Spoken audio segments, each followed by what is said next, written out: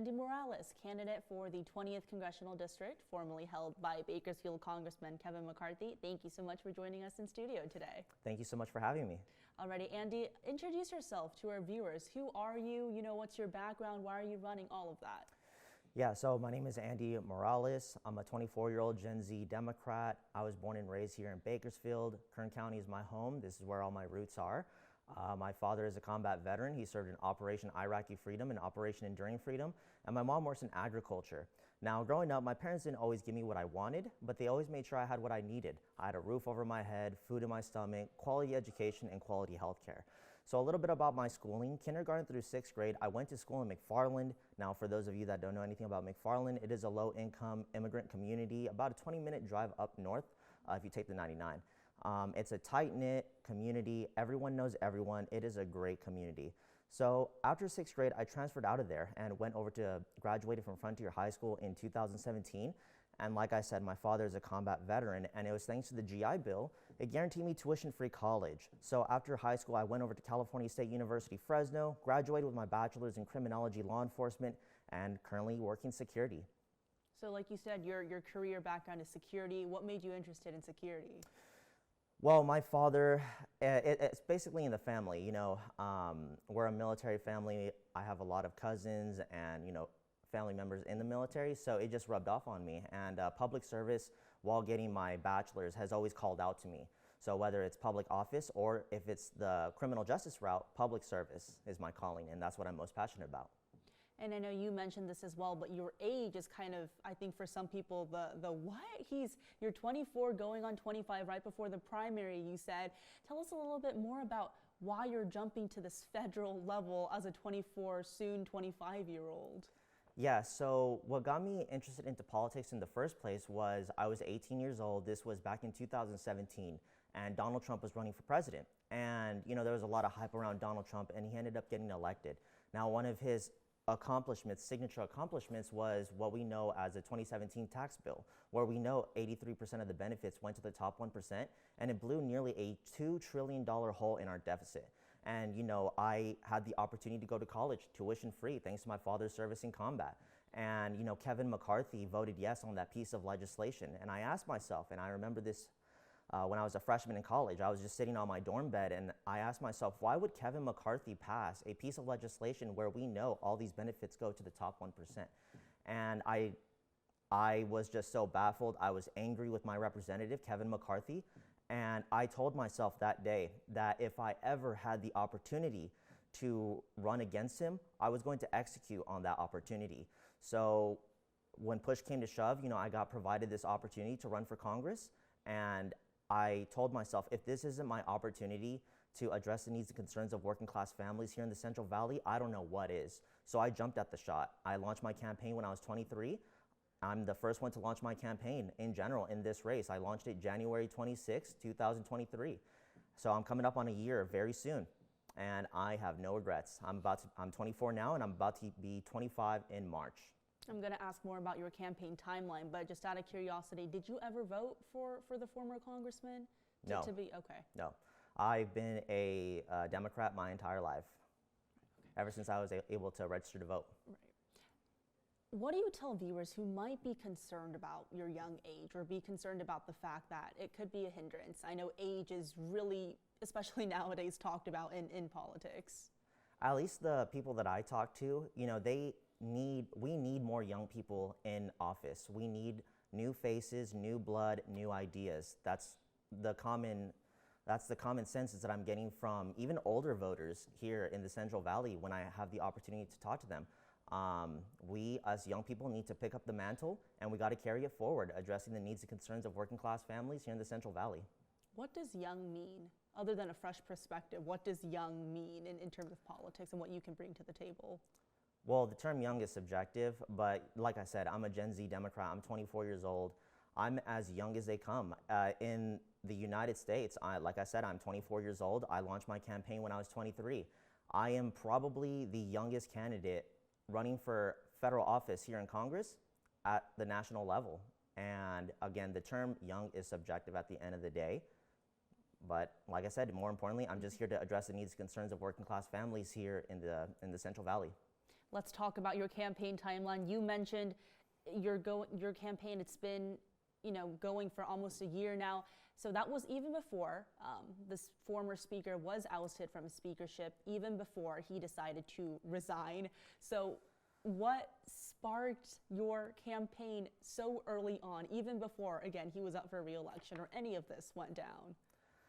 So, like I said, when I was a freshman in college, I was 18 years old, and I saw all the pieces of legislation being voted yes on by Kevin McCarthy. And I told myself, like I said, if I ever got the opportunity to run for Congress, I was going to execute on that opportunity, and that's exactly what I'm doing right now.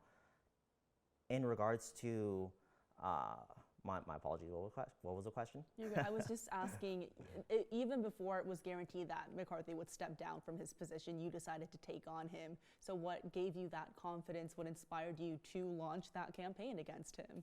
Yeah, it was just his pieces of legislation that he was voting yes on, to summarize it all up. And it's not in the best interest of the working class families here in the Central Valley. In the United States, medical bankruptcies is a top cause of bankruptcy. We have over half this country living paycheck to paycheck, and college is becoming more and more unaffordable and unreachable for everyone because of rising tuition costs. And here's Kevin McCarthy and Donald Trump, passing the 2017 tax bill, like I said, where we know a lot of the benefits went to the top 1%. That's not in the best interests of working class families who are absolutely struggling here in the Central Valley as well as the United States. And voting yes on that piece of legislation got me angry. So I'm running. I'm running against him. Not anymore because he resigned, but I'm still here. And that goes to my next question. How does that change the messaging of your campaign at all? Because largely it was focused on taking down the former representative, and now, like you said, he's out of the race, so he's no longer an opponent. Good question, and that's actually a very fun question as well. Even though Kevin McCarthy is no longer in the race, like I said, medical bankruptcy is the top cause of bankruptcy here in the United States, and we have over half this country living paycheck to paycheck. People are struggling right now. Now, Kevin McCarthy put a face on the race, I'll admit, but now that he's no longer in the race anymore, people are still struggling here in the Central Valley. People are still struggling living paycheck to paycheck in the United States, and what we need is more leadership to handle those issues, tackle those issues in Congress. Let's talk about some of those issues. What would be your top 3 priorities as a Congress member, Andy? That's a very fun question. You can find it all on my website, but healthcare, education, and climate change. Okay. Let's delve into each of them deeper. Like you said, the information's available on your website, but to hear it from you directly, let's start with healthcare. I know you're a supporter of Medicare for all. Yes, I am. Okay. Yeah. Let's talk about healthcare more. What about it do you want to change at the federal level? What about it needs improvement here, specifically in the Central Valley? Healthcare, the cost of healthcare has always been unreachable for a lot of Americans, especially here in the Central Valley. Like I said, I know I'm going to sound like a broken record by the end of this interview, but medical bankruptcy is the top cause of bankruptcy here in the United States, and we have over 45,000 Americans who die every single year because they don't have access to basic health care, and we have over half this country living paycheck to paycheck. So when you look at other countries that already have a single-payer healthcare system, and you couple that with the fact that there was a study out of University of Massachusetts Amherst that said if we switch over to a Medicare for all system, we'd actually be saving money. And the reason for that is because we would be eliminating our private tax that all of us are subject to pay into when we pay out to these for-profit private health insurance companies, getting in the way between us and our doctors. So that same study said that we would save over $1 trillion over the course of a decade.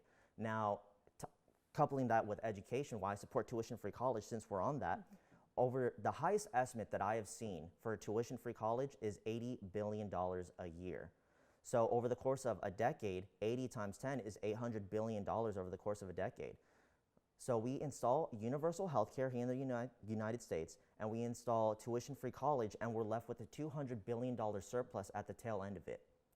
So I look at all this, and I look at all what Kevin McCarthy was doing, legislating, cutting taxes for corporations when the Central Valley families and Americans need support. Corporations don't need support. And that's why I support Medicare for all. And I just want to be super clear. When you say for all, who is included in the all? Is it quite literally all, everyone, including perhaps the undocumented individuals that live in America? Absolutely. Healthcare is a right, not a privilege. It should be universal. Because the truth of the matter is, even if they're undocumented or legal citizens, the truth of the matter is people need healthcare. And if these undocumented people wait until they see the doctor, they're going to end up in the ER, and it's going to cost more tax dollars had we just focus our tax dollars on preventative health care. So yeah, it is universal. How do you work with your Republican colleagues in Congress on this, where you may not necessarily see eye to eye on universal health care or universal pre-K, right? And also, second part to this question, when the issues they're worried about seem they don't really address healthcare or education, right? They're very much focused on crime, the border, right? Homelessness. Yeah, so believe it or not, there's actually a lot of issues that Republican voters and Democratic voters agree on. So how I view politics. Now, what politicians on Fox News, CNN, OAN, Newsmax might want us to perceive politics is Democrats versus Republicans. But I don't see it like that. I see it as people versus the establishment. And there are a lot of issues, economic issues, that I would like to believe Democratic voters, Republican voters, independent voters, and everyone on all ends of the spectrum actually agree on. That's why economics is huge here in the Central Valley. I hate to admit it, but Donald Trump became president running on, a populist economic agenda. Now, when he actually became president, that was anything but, right? So Republican voters, Democratic voters, and independent voters are absolutely struggling. They're living paycheck to paycheck. Healthcare is becoming more unaffordable here in the United States, and at the same time as education. So I would like to believe that there are a lot of issues that we stand united on, and they all pertain to economics.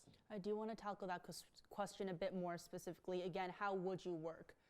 How would you work across the aisle? How do you work with Republican lawmakers, even like our own David Valadao, right, who's in the 22nd Congressional District? I know you said you don't view it necessarily as party politics, but just given the reality of the world of politics right now up on Capitol Hill, how do you work with lawmakers who may not see eye to eye with you on these issues?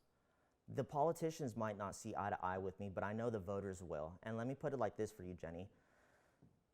Kevin McCarthy and the Republicans, over this whole debt ceiling fight with Joe Biden in, I believe it was July of last year, talked about wasteful spending. That was their distraction to basically cut programs, social safety net programs here in the United States under the guise of wasteful spending. So us as a Democratic Party, me as a Democratic candidate, a Gen Z candidate, I grew up with the internet, right? And I know how to use it. So like I said, the reason why I support Medicare for All is because it saves us money. And we can install tuition-free college at the tail end of it as well and have a $200 billion surplus. So if these Republican politicians really believe in wasteful spending, they believe in that message and all that kind of stuff, okay, that's fantastic. Let's install universal health care. Let's install tuition-free college. We'll have a $200 billion surplus at the tail end of it. Let's use it to tackle our debt and deficit, since that's what they care so much about. Other people care about homelessness. Other people care about infrastructure. Okay, let's call their bluff as a Democratic Party, these Republican politicians. Because the truth of the matter is, voters don't like corrupt politicians. We have corporations that lobby politicians here in the United States. They take that money and they use it to fund their re-election campaigns when they post advertisements on television, radio, YouTube, social media, you name it. So let's call their bluff as Democrats. Let's call these politicians bluff and say, okay, you believe in wasteful spending? So do I. Let's install universal health care, let's install tuition-free college, and let's have a surplus moving forward. So who do you not accept campaign funds from then, Andy? I only accept campaign funds from small dollar donors. Yeah, no corporations. I'm not taking a dime of PAC money, corporate PAC money, any of that type of stuff. Has that not proven difficult over the course of your campaign so far? I don't know if that consists of door knocking, phone banking, right? What does that look like for you? What's been the most difficult part about only accepting small donor money? It just requires a lot of busting your butt, really, and changing hearts and minds, really. Talking to voters, talking to Republican voters, Democratic voters, independent voters, everybody in the spectrum, right? And like I said, Medicare, well, what I'm going to say is look at a policy like Medicare for all. Medical bills don't discriminate. Republican voters can go bankrupt for medical bills. Democratic voters can go bankrupt for medical bills. Independents, non-voters, medical bills don't discriminate. Tuition expenses don't discriminate. So when you actually bring those issues to working class families here in the Central Valley and the United States, turns out they actually agree with you. And they want to see, like I said, people who actually care about the meat and potato issues affecting their bank accounts. Let's talk about a few more issues so we really inform voters as to what type of candidate you are. Affordable housing, I know that's another topic on your website. Let's talk more about that. Where do you stand on affordable housing? What are the solutions you are proposing or vision for the future? So affordable housing, there are many aspects to tackle it, right? Unfortunately, here in the United States, we have there are people who are allowed to buy acres and acres of land, build apartment complexes, and sell it back to, ordinary folks for high rent prices, right? Now, in regards to tackling that issue, we have foreign investors, buying up, acres and acres of land and just not using it. So that is a very tough question in regards to maybe we should regulate that, in regards to how these wealthy folks abroad or these corporations just buying up swaths of land and building apartment complexes when we could be building houses on that plot of land. I think regulation would definitely have to be part of the conversation if we're actually going to strive towards affordable housing. Stop using these plot of lands to build apartment complexes. How about we just build more houses? How does that tie into the issue of homelessness, which is something we see statewide, nationwide, but you and I both know, even here in Bakersfield, homelessness is seen as a large public safety issue. Yes, it is. And in regards to homeless, look, there are countless studies that tell us that if we just provide, housing to the homeless, it would save tax dollars. And that's because, law enforcement we wouldn't have to be wasting taxpayer resources on law enforcement to go execute and enforce the crime of being homeless, right? And there are, as a criminology major that studied out of Fresno State, there are many reasons why people might commit crime. There are many reasons why people might become homelessness, and all these issues are unaddressed. People might become homeless because drug abuse. People might go homeless because of mental health illness. They're just down on their luck. They might have gone bankrupt for medical bills, and those are all separate issues that need to be addressed in Congress. Women's rights is another issue I know you've been a champion of. Tell us more about that. I mean, that is seen as an issue. Abortion rights, right? That's seen as an issue Democrats typically handle better. I know President Biden that's another focus of his 2024 campaign. Well, let me put it yes, it is important, and let me put it like this to you, and this is lovely to see. So Ron DeSantis, I even made a video about this. Ron DeSantis went on his campaign trail. He's since dropped out now. And he was going to double down on, restricting reproductive health care and all that kind of stuff. And what we learned with, the overturning of Roe versus Wade, thanks to the Supreme Court, was that it angered voters to register and get out and vote. So that whole red trickle that was supposed to happen in 2022, that whole red wave that was supposed to happen in 2022 turned into a red trickle. Turns out if you restrict reproductive health care, you're going to anger voters. And here comes Ron DeSantis saying that I'm going to double down. He's going to double down on restricting reproductive health care. Well, as a candidate, a 24-year-old candidate running for Congress, Ron, I don't need you doubling down. He's since dropped out, but I need him tripling down on it. Because the truth of the matter is, if you want to anger more voters here in the Central Valley to register and get out and vote, you're going to be doing my job for me. So please go ahead. Environmental protection, that is another issue you talk about, but also here in the Central Valley, right? There's this push to go to cleaner energy, right? Carbon capture, all of that. The big concern for voters and general residents here is, look, the oil industry is so big here already, oil and agriculture. How do we potentially transition to clean energy without sacrificing those jobs, right? Without making sure those people in those industries remain employed? How do you tackle that issue, Andy? So this is a very ambitious climate change and, tackling the oil corporations that already lobby our politicians. This is a huge, ambitious battle that all of us are embarking on. I'm embarking it running for Congress in the first place, right? So oil corporations like Chevron, ExxonMobil, Shell, they lobby politicians to make sure that we don't do anything in regards to climate change. Now, how I like to phrase it is like this. Our own Pentagon has declared climate change a national security threat. The scientists of the Pentagon see the writing on the wall, and the science tells us that as global temperatures are trending upwards, both ends of the weather spectrum are going to get exacerbated and more often. Droughts will become more severe and often here in California. Cities in Florida might go underwater. The Middle East might become uninhabitable in the near future, resulting in huge immigration crises at our climate refugee crisis at our southern border, right? So when you take in all this information and look at the Pentagon that has declared climate change a national security threat, this is not an option, okay? We need to start paving the way towards rebuilding our infrastructure, creating millions of good-paying jobs, protecting our natural resources, and the infrastructure that we do build going forward will be green and safe for our environment via a Green New Deal. So in regards to oil here in Kern County, that's why in this ambitious, New Deal like that of FDR back in after World War II, it is a very ambitious idea. Let's not make no mistake about it. That's why we need to have a very robust, pieces of legislation under the guise of a Green New Deal, like, for example, the oil workers, having them retrained, getting into unionized jobs, doing something not only for the environment, but for their families, because the truth of the matter is these corporations are polluting us, and we got to do something about it here in the Central Valley, and that's the issue that I'm taking on here.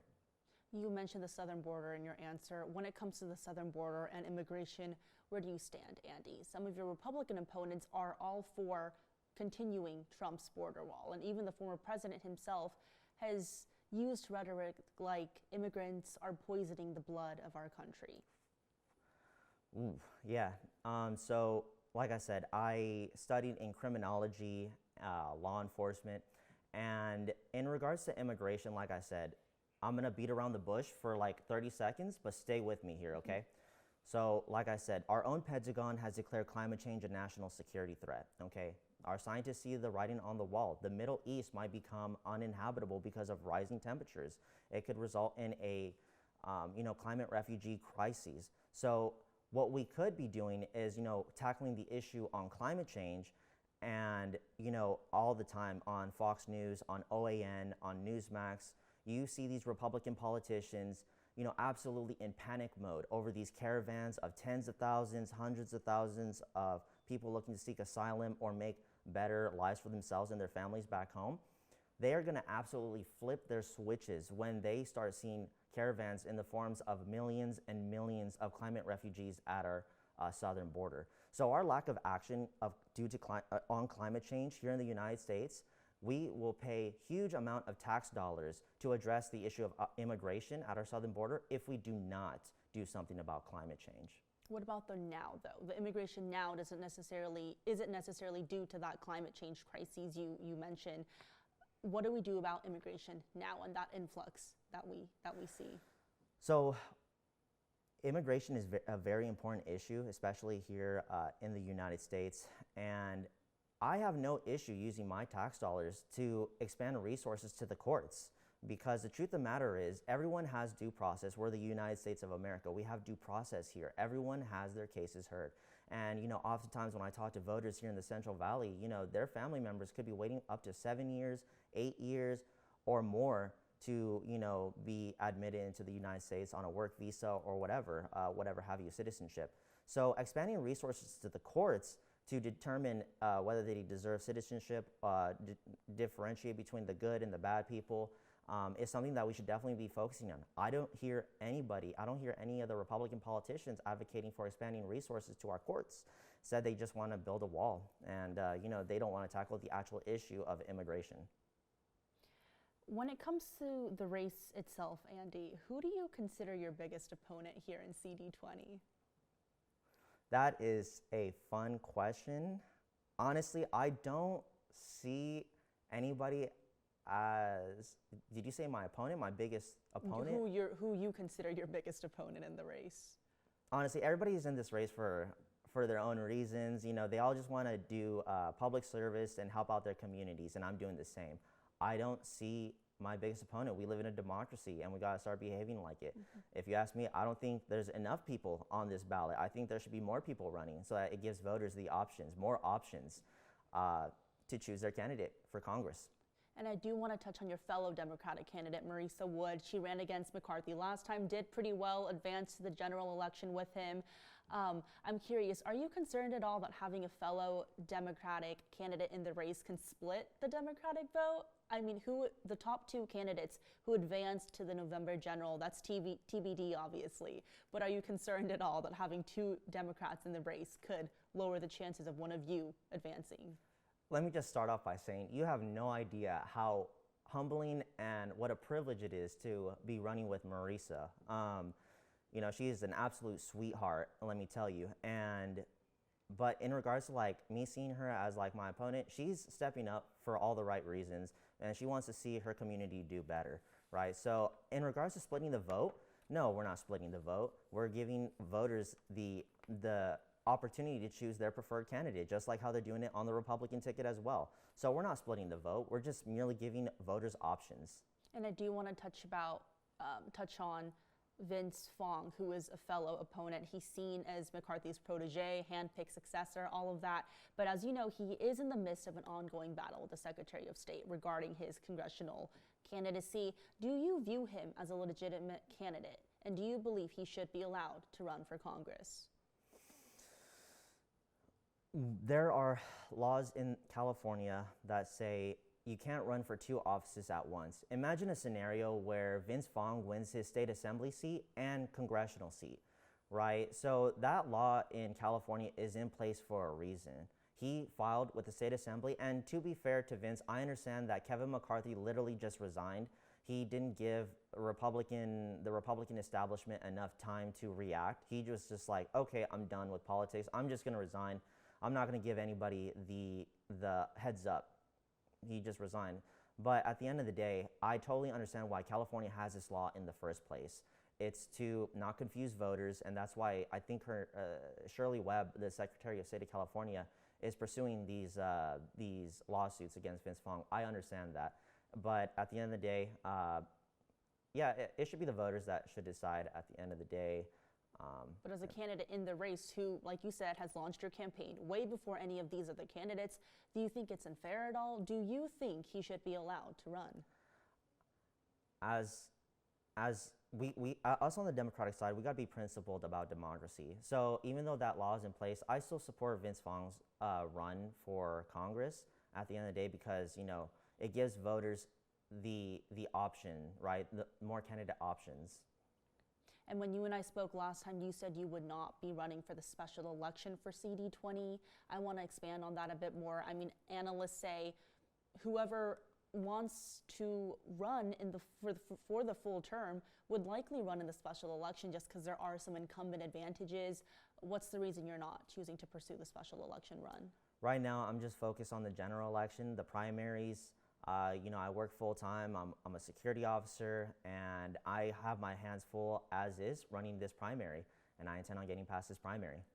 And I should have asked before, but your day-to-day as a security officer, what does that look like? What does your job entail, Andy? Well, it's the scheduling, really. So every week we get our schedule. I could be closing, I could be opening, I could be mid-shift. So my schedule basically revolves around, that. But any chance that I get to talk to, voters or, get insight, because, running for Congress, you have to be open-minded, right? You're going to come across Republican voters, you're going to come across Democratic voters, you're going to come across independent voters, and they all have different worldviews. You got to respect that. And any opportunity that I get to talk to voters is a privilege.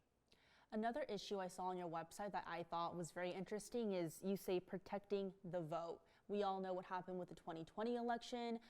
Some are predicting something similar could happen in 2024, right, where candidates, quite frankly, perhaps don't accept the results of the election if they were to not win. What do you mean by protecting the vote, and how do you plan on working under a potential Donald Trump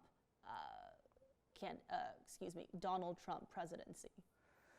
So To this day, it's January, what is it, 22nd, 2024. Yep, there we And go. right now, Donald Trump has, I don't know, I lost count of how many court cases he has. He probably has like 90 court cases by now, probably bordering 100. And most of them came out that there was no election fraud. As a matter of fact, Fox News, OAN, and Newsmax were peddling conspiracy theories on Smartmatic and Dominion voting systems, and those companies retaliated against the cable news outlets, and they settled out of court. Sidney Powell, one of Donald Trump's lawyers, said that she was going to release the Kraken, and I'm still waiting to see what this Kraken is all about.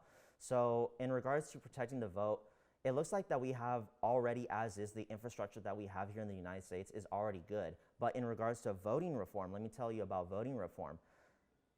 A lot of voters, if you ask me, I don't know the exact percentage, so don't quote me, believe that election day should be a federal holiday, right? So as a person that believes in democracy, it should be a federal holiday, right? And every person should have the opportunity to go to the polls and let their voices be heard.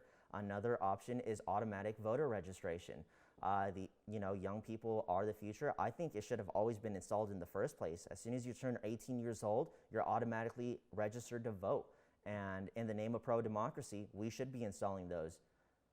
Is that something you would push for? Yeah, absolutely, yes.